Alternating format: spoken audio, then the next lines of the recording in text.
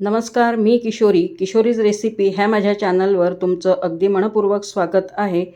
आज आपण विदर्भ पद्धतीची मसाले वांग्यांची भाजी तयार करणार आहोत।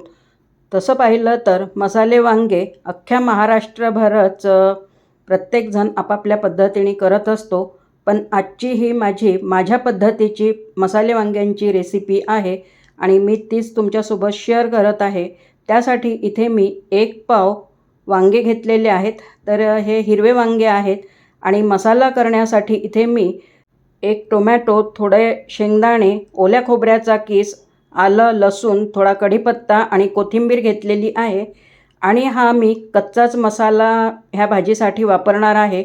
बरेच जण भाजूनसुद्धा घेतात, पण मी न भाजता कच्चाच मसाला वापरून ही मसाले वांग्यांची भाजी करणार आहे।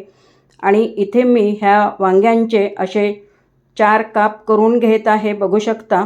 तर वांग्याचं समोरचं जे देठ आहे ते थोडं कापून घ्यायचं आणि वांग्याला व्हिडिओमध्ये दाखविल्याप्रमाणे काप द्यायचे आहेत।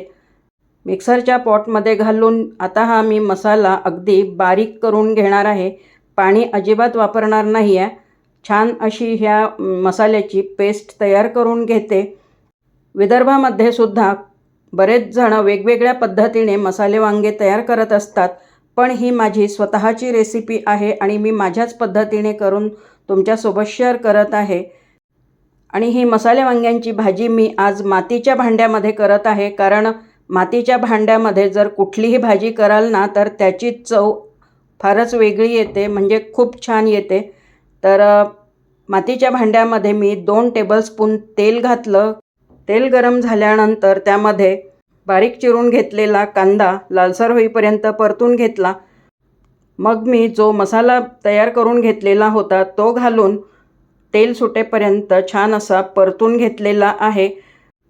मसाला परतताना एक काळजी घ्यायची, अगदी गॅसच्या मंद आचेवर हा मसाला परतायचा आहे आणि तेल सुटेपर्यंत परतायचा, म्हणजे मसालासुद्धा कच्चा राहणार नाही।